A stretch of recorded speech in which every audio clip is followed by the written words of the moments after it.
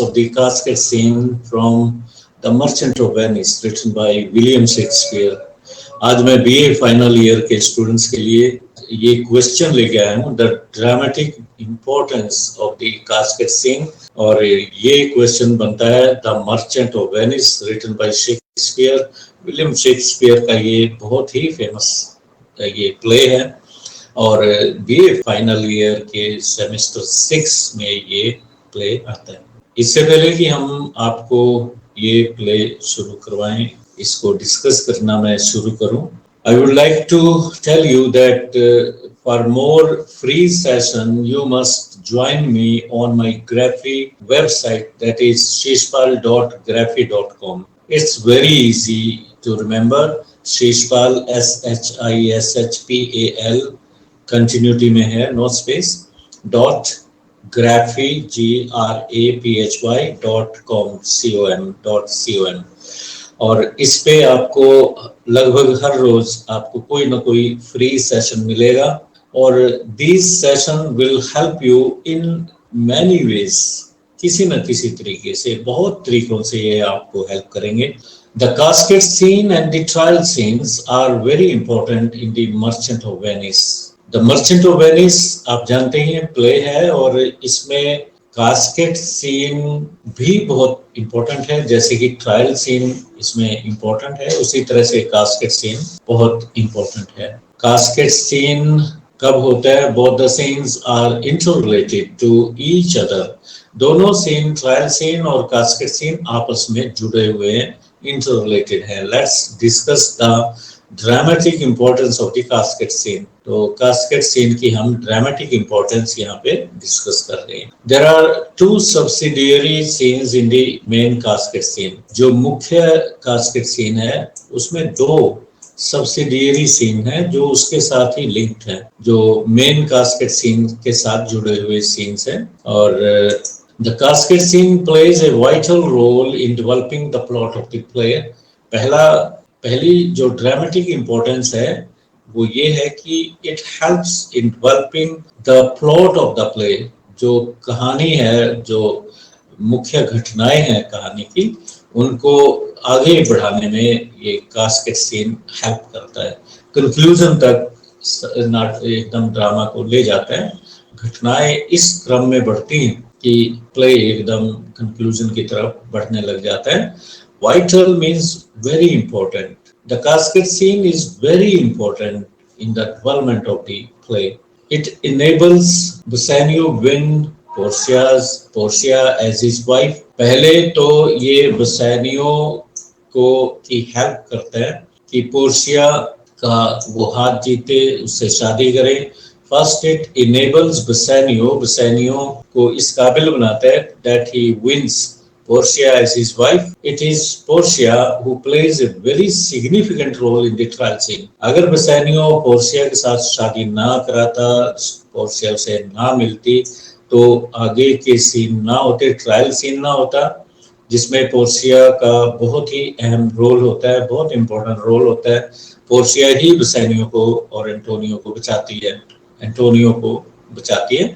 Had Bassanio not taken a loan from Shylock, अगर बसानियो Shylock से loan ना लेता, then one Portia as his wife and one Portia as his wife, और Portia को अपनी पत्नी के रूप में वो ना जीतता कास्केट सीन में, the trial scene wouldn't have taken place, तो ट्रायल सीन भी ना होता। तो ये सारी चीजें कास्केट सीन से जुड़ी हुई है और hence the whole play would have become nothing, तो सारा का सारा प्ले कुछ भी ना होता। So it's Shakespeare's creativity and his great skill that made all the events interlink. और ये शेक्सपियर की क्रिएटिविटी है, उनकी ये स्किल है, ड्रामाटिस्ट एज ए ड्रामाटिस्ट उनकी जो काबिलियत है, टैलेंट है, वो असीम था। हालांकि आप जानते हैं कि शेक्सपियर की जो एजुकेशन है वो फॉर्मल एजुकेशन, जैसा कि आप रिसर्च करते हो, इंटरनेट पे डॉक्यूमेंट्स देखते हो, तो मैट्रिकुलेशन से ज़्यादा नहीं हमें पता चलता है कि वो इससे भी ज़्यादा पढ़े होंगे और बहुत ही एक ग्राउंड लेवल से वो उठे हैं। और इंटेलेक्ट आप उनका देख सकते हैं, टैलेंट उनका देख सकते हैं कि कितने महान वो ड्रामाटिस्ट हुए। He is the number one dramatist of the world.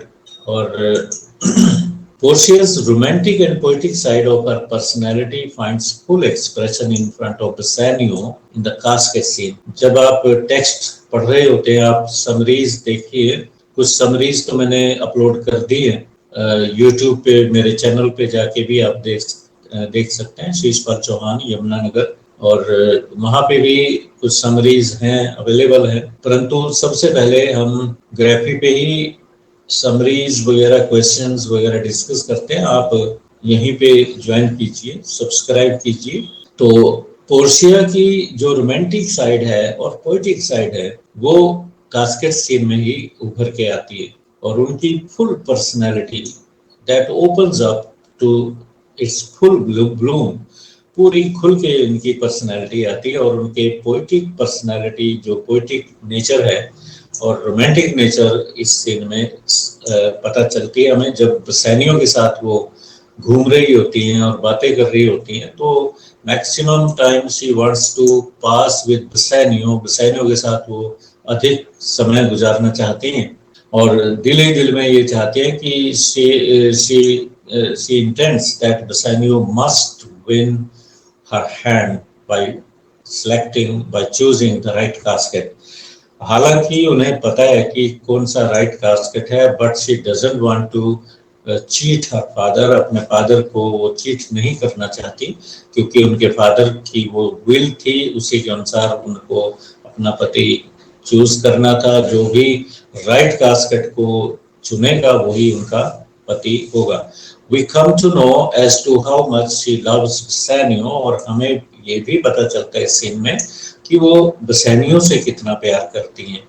She expresses a deep love for him in her most poetic manner, और अपना प्यार वो बसैनियों के प्रति बहुत ही पोएटिक अंदाज में एक्सप्रेस करती हैं, बताती हैं। बसैनियो also shows his balance of mind, intelligence and wisdom while choosing the right casket, और राइट कास्केट सिलेक्ट करने से पहले बसैनियो अपना कूल ऑफ माइंड दिखाता है, पूरा पेशेंस दिखाता है, पोएटिक और बैलेंस ऑफ माइंड दिखाता है, कितना उतावला नहीं होता है, पेशेंस, पूरा सब्र दिखाता है, इंटेलिजेंस भी दिखाता है। जैसे वो कास्केट्स के ऊपर लिखा हुआ है उसको पढ़ता है, फिर अपनी विजडम से, अपने तजुर्बे से, जो सांसारिक ज्ञान उसे प्राप्त है, जो सही और गलत का निर्णय करता है, उस तरह से परख के वो राइट कास्केट की तरफ बढ़ता है।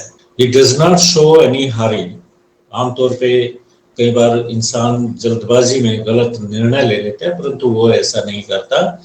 और he thinks and rethinks about the meanings of the words written on each casket. आप जानते हैं कि प्रत्येक कास्केट के ऊपर, कास्केट क्या होते हैं, बॉक्स टाइप होते हैं, उनके अंदर कुछ ना कुछ चीज रखी हुई है, बाहर कुछ वर्ड्स लिखे हुए हैं जिनको वो पढ़ता है और सही मीनिंग उनका निकाल के आगे बढ़ता है। He applies his own reasoning and then decides not to be deceived by the shine neither of the gold nor of the silver casket. तो ना तो सोने के बने हुए कास्केट की चमक में आता है और ना चांदी के बने हुए कास्केट की चमक से वो प्रभावित होता है, वो सिर्फ अपनी रीजनिंग अप्लाई करके उनके मीनिंग की गहराई तक जाता है। Finally he selects the lead casket and wins Portia, और आखिरकार वो लेड कास्केट को बना हुआ कांसे का ये कास्केट बना हुआ था, तो पोर्शिया का हाथ जीत लेता है उसको, मतलब वो उससे शादी करने में सक्षम हो जाता है। और in the subsidiary two scenes in which the Prince of Morocco and the Prince of Aragon try their luck to win Portia, इसके साथ जो सब्सिडियरी सीन्स हैं उसमें दो सीन्स हैं, एक में प्रिंस ऑफ मोरक्को और दूसरे में प्रिंस ऑफ एरागोन, ये भी अपना लक ट्राई करते हैं पोर्शिया को जीतने के लिए।